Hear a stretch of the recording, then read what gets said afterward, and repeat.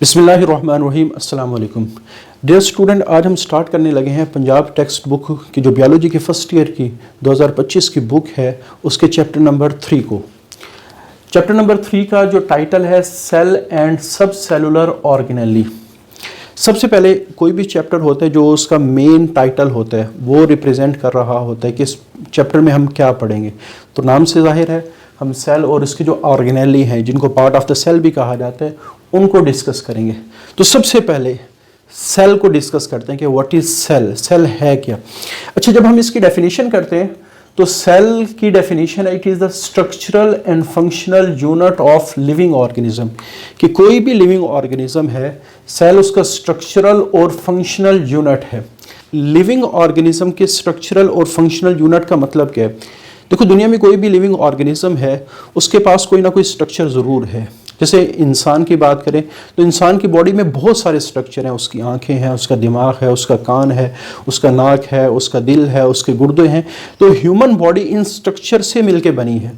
तो ये जितने भी स्ट्रक्चर हैं वो किसी ना किसी सेल से मिलके बने हैं। अगर सेल लिविंग ऑर्गेनिज्म का स्ट्रक्चर बना रहा है तो इसका मतलब है ये स्ट्रक्चरल यूनिट है। जैसे हमारी आंख एक स्ट्रक्चर है तो आंख का ये जो स्ट्रक्चर है वो मुख्तलिफ किस्म के सेल से मिलकर बना हुआ है। तो अगर सेल कोई स्ट्रक्चर बना रहा है तो क्या कहलाएगा? Structural unit. अच्छा, फंक्शनल यूनिट से क्या मुराद है? कि जो सेल है वो सिर्फ स्ट्रक्चर नहीं बनाता, वो बल्कि फंक्शन भी परफॉर्म करता है। जैसे हम कहते हैं आंख एक स्ट्रक्चर है, वो सेल से मिलकर बनी है, तो इसको हमने क्या कहा? ये स्ट्रक्चरल यूनिट है। लेकिन आंख का जो फंक्शन है जैसे हम देख रहे हैं तो आंख का ये फंक्शन भी सेल ही परफॉर्म करता है। तो एक लिविंग ऑर्गेनिज्म के जितने स्ट्रक्चर हैं वो भी सेल पर मुश्तमिल है और जो फंक्शन वो परफॉर्म कर रहे हैं वो भी सेल ही परफॉर्म करवा रहे हैं। तो इसका मतलब ये है कि लिविंग ऑर्गेनिज्म के स्ट्रक्चर को बनाने वाले भी सेल हैं और फंक्शन को परफॉर्म करने वाले भी सेल हैं। तो it is a structural and functional unit of living organism. अच्छा, सेल को हम कह सकते हैं cell is the smallest and basic unit of life. कि ये जिंदगी का स्मॉलेस्ट यूनिट है जिसको बेसिक यूनिट भी कहा जाता है। स्मॉलेस्ट यूनिट से क्या मुराद है? हालांकि जब हम स्मॉलेस्ट की बात करते हैं तो हमारे माइंड में बहुत सारी चीज़ें आ रही होती हैं। जैसे इलेक्ट्रॉन, प्रोटॉन, न्यूट्रॉन, ये भी स्मॉलेस्ट हैं। एटम भी स्मॉलेस्ट है। उसके बाद मालिक्यूल भी स्मॉलेस्ट हैं। ऑर्गेनेली जो है वो भी स्मॉलेस्ट हैं। सेल भी स्मॉलेस्ट है। लेकिन इन सब में जो सेल है वो लाइफ का स्मॉलेस्ट यूनिट कहा गया।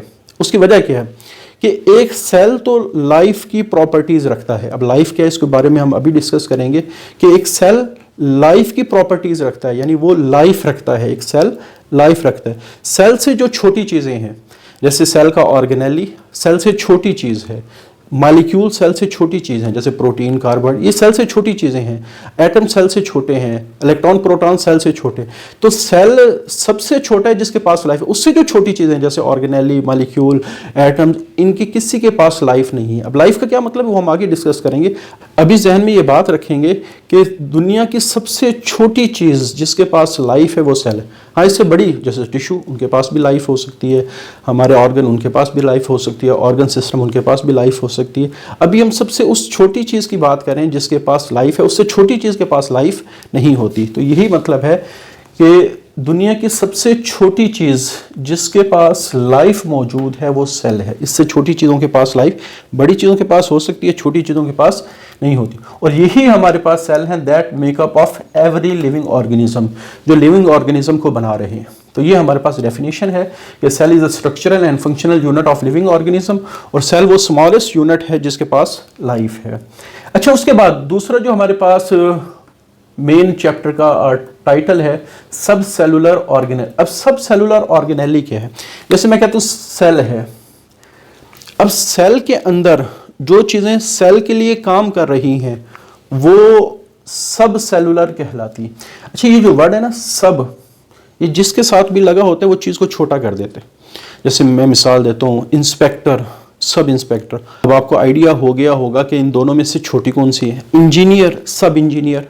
तो यहाँ से भी आपको आइडिया हो गया कि कौन सा बंदा ज़्यादा छोटे लेवल पे है। तो इसी तरह सेलुलर, सब सेलुलर। तो सेल बड़ा है, सब सेलुलर उसका छोटा है। तो सब सेलुलर ऑर्गेनेली। अच्छा, ऑर्गेनेली का जो लफ्ज़ है ये आप शॉर्ट फॉर्म है ऑर्गन ऑफ सेल से। Organ of cell, organ of cell यानी जिस तरह एक बॉडी में ऑर्गन होते हैं जैसे मैं कहता हूँ मेरी जो बॉडी है उसमें मुख्तलिफ़ किस्म के ऑर्गन हैं, मेरा दिल है, मेरे किडनीज़ हैं, मेरा स्टमक है, लंग्स हैं, लीवर है, आइज़ है, ब्रेन, मुख्तलिफ़ किस्म के ऑर्गन ह्यूमन बॉडी के अंदर होते हैं। और ये सारे के सारे ऑर्गन ह्यूमन बॉडी के लिए कोई ना कोई काम कर रहे हैं और सारे ऑर्गन मिलके एक इंसान को ज़िंदा रखे हुए हैं। तो बिल्कुल इसी तरह जिस तरह एक ह्यूमन बॉडी में ऑर्गन होते हैं, इसी तरह सेल एक बॉडी है, उसके जो पार्ट्स हैं जो सेल के लिए ख़ास काम कर रहे हैं वो सेल के ऑर्गेनेली कहलाते हैं। तो हमारे पास सब सेलुलर ऑर्गेनेली का क्या मतलब है? सेल के अंदर जो छोटी छोटी चीज़ें हैं जो एक ख़ास किस्म का फंक्शन परफॉर्म कर रही हैं सेल के लिए, तो वो क्या कहलाता है? सब सेलुलर ऑर्गेनेली। तो हमारे पास इसकी डेफिनेशन क्या बनेगी? These are the specialised structure. ये ख़ास किस्म के स्ट्रक्चर हैं। जब हम बात करते हैं ना स्पेशलाइज्ड, तो इसका मतलब है वो कोई ना कोई मखसूस काम कर रहे होंगे। और ये किसके अंदर है? Within the cell. तो these are specialised structure within the cell. और ये कर क्या रहे हैं? They perform specific function. तो हर स्ट्रक्चर कोई ना कोई खास किस्म का काम कर रहा होगा और ये काम नेसेसिटी फॉर सेल लाइफ, और ये सेल के जिंदा रहने के लिए ज़रूरी है, एंड एक्टिविटी, और सेल के काम करने के लिए ज़रूरी है। तो सब सेलुलर ऑर्गेनेली की डेफिनेशन क्या बनेगी? ये ख़ास किस्म के स्ट्रक्चर हैं जो सेल के अंदर हैं और ये सेल के लिए ख़ास किस्म का काम करते हैं और इन फंक्शंस की वजह से ही सेल जिंदा है, सेल की लाइफ है और सेल अपना काम कर रहा है। तो सेल की डेफिनेशन हो गई सब सेलुलर ऑर्गेनेली की डेफिनेशन। अच्छा, जब हमने सेल की डेफिनेशन की, हमने कहा कि cell is a structural and functional unit of living organism. अब लिविंग ऑर्गेनिज्म क्या है? लिविंग ऑर्गेनिज्म क्या है? अच्छा, सबसे पहले जब हम लिविंग ऑर्गेनिज्म की डेफिनेशन करते हैं, कोई भी ऐसी चीज़ that perform basic properties of life, जिसके पास लाइफ की बेसिक प्रॉपर्टीज हों, लाइफ की क्या हो? बेसिक प्रॉपर्टीज हों। तो कोई भी ऐसी चीज़ जिसके पास लाइफ की बेसिक प्रॉपर्टीज होंगी वो लिविंग ऑर्गेनिज्म कहलाएगा। यानी हर वो चीज़ जिसके पास लाइफ है, लाइफ की खुसूसियात हैं, वो क्या कहलाएगा? लिविंग ऑर्गेनिज्म कहलाएगा। लेकिन सवाल ये है कि लाइफ क्या है और उसकी बेसिक प्रॉपर्टीज़ क्या हैं? हमने कहा ना कि कोई भी ऐसी चीज़ जिसके पास लाइफ होगी या लाइफ की खुसूसियात होंगी वो लिविंग कहलाएगा। लाइफ है क्या? इसकी डेफिनेशन क्या है पहले आप लोगों ने समझना है। जैसे फॉर एग्जांपल हमारे पास एक मैं हूँ, एक ये मार्कर है, ठीक है। अब मेरे बारे में आपका क्या नज़रिया है कि मैं लिविंग हूँ, और इस मार्कर के बारे में आपका क्या नज़रिया है कि ये नॉन लिविंग है। अब मुझे आपने लिविंग क्यों समझा और इसको आपने नॉन लिविंग क्यों समझा? मेरे और इसमें फ़र्क है। वो जो फ़र्क है जिसकी वजह से आपने मुझे लिविंग समझा और इसको नॉन लिविंग समझा, वही लाइफ है। मतलब क्या है? जैसे मैं मिसाल देता हूँ कि मेरी ग्रोथ हुई है, यानी मैं छोटा था फिर बड़ा हो गया, मेरी ग्रोथ हुई। इसको आप यहाँ रख दें, 20 साल बाद भी इसका साइज़ नहीं बढ़ेगा। तो इसका मतलब है मेरे अंदर एक प्रॉपर्टी आ गई ग्रोथ की जो इसके पास है, इसके पास नहीं है, मेरे पास है। इसी तरह मैं जब खाना खाऊंगा वो खाना हज़म होगा और मेरी बॉडी की ज़रूरियात को पूरी करेगा। अगर इसकी कैप के अंदर आप एक लुकमा रोटी का रख दें, ये कई साल भी पड़ा रहेगा तो लेकिन ये हज़म नहीं होगा। तो इसका मतलब है मेरे अंदर एक और प्रॉपर्टी आ गई न्यूट्रिशन की। अच्छा, जो मैंने खाना खाया वो मेरी बॉडी में इस्तेमाल होकर मेरी बॉडी को एनर्जी प्रोवाइड करेगा। यहाँ खाना ना हज़म हुआ है ना इस्तेमाल हुआ है, तो इसका मतलब ये है कि तीसरी मेरी प्रॉपर्टी आगे, मैं खाने को इस्तेमाल करके उससे एनर्जी भी ले सकता हूँ, रेस्पिरेशन की प्रॉपर्टी। इसी तरह मुझे जब गर्मी लगेगी मुझे पसीना आएगा, इसको ना सर्दी लगती है ना गर्मी लगती है। तो इसका मतलब ये है कि कुछ खुसूसियात मेरे पास ऐसी हैं जो इसके पास नहीं हैं। तो वो जो खुसूसियात हैं जिसकी वजह से मैं ज़िंदा हूँ और वो खुसूसियात जो इसके पास नहीं है और इसकी वजह से ये नॉन लिविंग है, तो वो खुसूसियात का मजमुआ जिसके पास हो वो ज़िंदा कहलाएगा और जिसके पास नहीं होगी वो नॉन लिविंग कहलाएगा। अच्छा, वो खुसूसियात अगर मुझसे निकल जाएं, तो जैसे डेड बॉडी होती है उनमें वो खुसूसियात नहीं होती, ना उसकी बॉडी ग्रो कर सकती है, ना उसकी बॉडी की न्यूट्रिशन हासिल करने की सलाहियत है, ना रेस्पिरेशन करने की सलाहियत है, ना उसकी बॉडी को पसीना आता है, ना उसको गर्मी लगती है, ना उसको सर्दी लगती है। ये सारी प्रॉपर्टी एक डेड बॉडी से निकल जाती है। तो इसका मतलब है जो डेड बॉडी है वो भी नॉन लिविंग है। अब हुआ क्या, कुछ प्रॉपर्टीज़ हैं, अगर वो प्रॉपर्टी जिसके पास भी होंगी, वो मेरे पास है मैं लिविंग हूँ, मुझसे निकल गई मैं नॉन लिविंग हूँ, वो प्रॉपर्टी इसके पास होंगी तो ये लिविंग कहलाएगा, वो प्रॉपर्टी इससे निकल जाएगी ये क्या कहलाएगा, नॉन लिविंग कहलाएगा। तो हमारे पास लाइफ बेसिकली कोई एक चीज नहीं है, बल्कि ये प्रॉपर्टीज का मजमुआ है, कोई एक प्रॉपर्टी नहीं है। It is a set of properties. Set कहते हैं मजमुए को। जैसे जब हम डिनर सेट की बात करते हैं तो उसमें कोई एक कैटेगरी के बर्तन नहीं होते, काफ़ी सारी मुख्तलिफ चीज़ों का मजमुआ एक डिनर सेट कहलाता है। तो सेट काफ़ी सारी चीज़ों का मजमुआ, तो काफ़ी सारी प्रॉपर्टीज़ ऐसी हैं, और इन प्रॉपर्टीज़ की वजह से दैट डिस्टिंग्विश, हम फ़र्क कर सकते हैं किसमें कि एक चीज़ लिविंग है और किससे फ्रॉम नॉन लिविंग। अच्छा, फिर मैंने जो नॉन लिविंग थिंग है इसके आगे मैंने लिख दिया है, उसमें शामिल है डेड ऑर्गेनिज्म भी, यानी जो डेड ऑर्गेनिज्म है वो नॉन लिविंग के अंदर ही शामिल है, क्योंकि ये प्रॉपर्टीज़ जो मैंने अभी बताई हैं, कुछ हम वैसे डिटेल में आगे डिस्कस करेंगे। तो ये जो प्रॉपर्टीज़ हैं ये जिसमें होंगी वो लिविंग है, डेड बॉडी में ये प्रॉपर्टीज़ नहीं होती, तो डेड बॉडी भी क्या है, नॉन लिविंग है।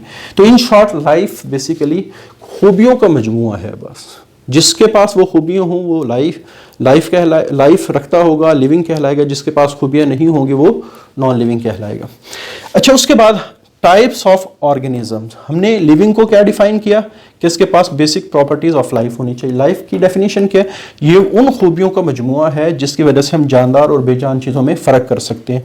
आपकी बुक में 7 बेसिक प्रॉपर्टीज लिखी हुई है, इसको हम अगले लेक्चर में डिस्कस करेंगे। और लिखा हुआ है all organism show 7 basic properties of life, और आगे उसने ये कहा कि these property actually define live, और यही प्रॉपर्टी एक लिविंग ऑर्गेनिज्म को डिफाइन करते हैं। यानी लिविंग ऑर्गेनिज्म की जो डेफिनेशन है वो इन प्रॉपर्टीज के साथ ही है। अगर ये प्रॉपर्टीज होंगी तो लिविंग है, अगर प्रॉपर्टीज नहीं होंगी तो नॉन लिविंग। इन प्रॉपर्टीज को हम आगे डिस्कस करेंगे। अच्छा, ये अब लिविंग ऑर्गेनिज्म 2 तरह के हैं। बाज में ये सारी प्रॉपर्टी एक ही सेल परफॉर्म करता है, जो मैंने नाम लिया ना, न्यूट्रिशन, रेस्पिरेशन, ग्रोथ, मूवमेंट, ये सारी चीज़ें एक ही सेल परफॉर्म करते हैं। तो ऐसे ऑर्गेनिज्म को हम क्या कहेंगे, यूनिसेलुलर। इन ऑर्गेनिज्म के अंदर सिंगल सेल कैरी आउट का मतलब परफॉर्म करना, कि इसमें ये जो सिंगल सेल है वो कैरी आउट सारी जो फंक्शंस हैं जो जिंदगी के लिए ज़रूरी हैं, जो मैंने अभी नाम थोड़े से बताए हैं। तो हर वो फंक्शन जो ज़िंदगी के लिए ज़रूरी है, यानी प्रॉपर्टीज़ ऑफ लाइफ की बात हो रही है, वो एक ही सेल सारे काम करेगा। जैसे अमीबा, बैक्टीरिया, तो ये लिविंग ऑर्गेनिज्म है, ये यूनिसेलुलर हैं। इनके अंदर एक ही cell nutrition, respiration, growth, movement, homeostasis, reproduction, ये सारे काम एक ही सेल कर रहा होते हैं। तो इसको हम क्या कहेंगे, यूनिसेलुलर। हम मल्टी सेलुलर में एक तो सेल की तादाद न्यूमरस होती है, न्यूमरस का मतलब काफ़ी ज़्यादा होती है, और फिर सेल कोई एक तरह के नहीं होते, सेल मुख्तलिफ तरह के होते हैं। जैसे मैं ह्यूमन बॉडी की बात करूं तो यहाँ कोई एक किस्म के सेल नहीं है। आँख का सेल है, उसका डिफरेंट काम है, ब्रेन का सेल उसका डिफरेंट काम है, कान का सेल उसका डिफरेंट काम है, मुख्तलिफ किस्म के सेल्स हैं, ठीक है। तो सबसे पहले मल्टी सेलुलर ऑर्गेनिज्म में सेल की तादाद भी ज़्यादा होती है, और ज़्यादातर सेल स्पेशलाइज्ड होते हैं, मुख्तलिफ किस्म के काम कर रहे हो, और फिर ये मुख्तलिफ किस्म के काम करने वाले मिल के एक ऑर्गेनिज्म की लाइफ को सस्टेन का मतलब बरकरार रखेंगे। यानी मुझे ज़िंदा रखने में कोई मेरे एक ख़ास किस्म के सेल का रोल नहीं है, बल्कि मेरी बॉडी के हर सेल का रोल है। यानी मेरे दिमाग के सेल, मेरे दिल के सेल, मेरे किडनी के सेल, मेरे स्टमक के सेल, लिवर के सेल, ये सारे जब काम करेंगे तो मेरी बॉडी नॉर्मल तरीके से फंक्शन करेगी, मेरी ज़िंदगी बरकरार रहेगी। तो बिल्कुल इसी तरह जितने भी मल्टी सेलुलर ऑर्गेनिज्म होते हैं उसमें जो मुख्तलिफ किस्म के, जैसे कि प्लांट है उसमें लीव्स हैं, उसमें रूट्स हैं, उसमें स्टेम है।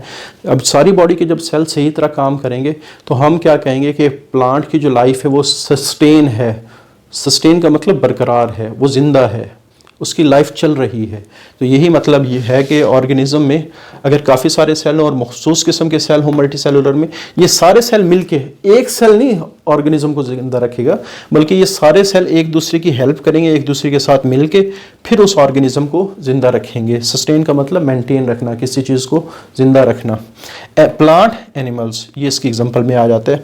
और बेसिक प्रॉपर्टीज़ ऑफ लाइफ मैंने बताया 7 हैं, और इसी की वजह से लिविंग ऑर्गेनिज्म की डेफिनेशन बनती है। इन 7 को इंशाल्लाह फिर अगले लेक्चर में डिस्कस करेंगे।